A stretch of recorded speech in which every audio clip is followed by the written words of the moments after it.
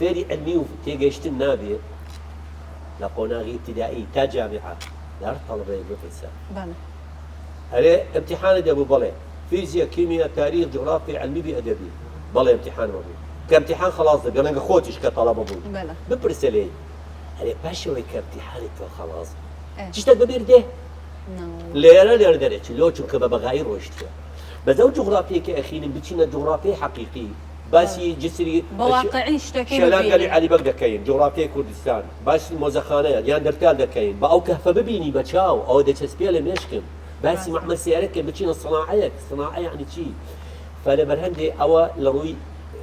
بە بەغایی لە ڕووی ئەدەبیەوە لە ڕووی علمیش لە ڕووی علمی هەموو شتێک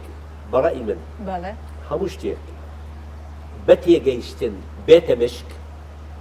زۆر دەمینێ بەکاردێنی لە ژیان هەموو شتێک علمیەن بەبێت تێگەیشتن بێتە مێشک درەنگ دەگاتێ هەر دووبارەکە درەنگ دەگاتێ و زوش لە بیریەکەی یعنی بۆ نمونە من دەبی بە کە فێری ریاضیات ماتماتیک فێرە تەڵەبە دەکەم لە منهەجی عەرەبی وەختی خۆی هەبوو بە جارێک من انتقادم کردبووە ڕەخنەم هەبوو لەسەریان مناڵێ چی ابتیداییە بەستە زمانە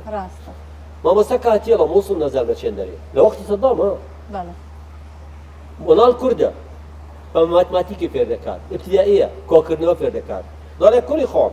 لە منهەج وان نووسرا دوو بەلەم کۆ دوو بەلەم ئەکاتە چوار گوتم مامۆستا تو چیەکەی گوتی بۆ گوتم شتێکی غەڵەت دەکەی گوتی چی غەڵەتە چوار ناکات گوتی باسی ریاضیات ناکەم باسی طریقەی بیرکردنی بەرهەمهێنەر دەکەم بیرکردنی غەڵەتە بۆ گوتم کە دەڵێ بۆ ئەو مناڵەکە کووردە کاکە نفسی عملی ریاضیات بە جۆرەی منهەجی بەغدا دەڕۆی نفسی منهەجی کۆکردنەوەیە لەباتی بڵێ دوو بەلەم کۆ دوو بەلەم بڵێ دوومەڕ کۆ دوومەڕ چونکە مناڵ مەڕی دیوە بەس بەلەم لە هەولێرە لاوەی ڕووبار و شتی بەلەمی نەیدیوە دەبێت بزانانی مەسەلەن ئەو منداڵە لە ژینگەی ئەو منداڵە لە چ ژینگەیەکە لە چ شتێک باشتر تێدەگات ئەو پرسیاری لێ دەکەی لە زاراوەکانی ژینگەی خۆی نییە هەتا بیر بکەی بەلەم یعنی چی بیر ناکاتە سەر کۆکردنەوە من هەدەف دو ئامانجم فێری بکەم کۆکردنەوە یعنی چی لەبەر هەندێک دەبی بە زاراوەی ژینگەی کوردەواری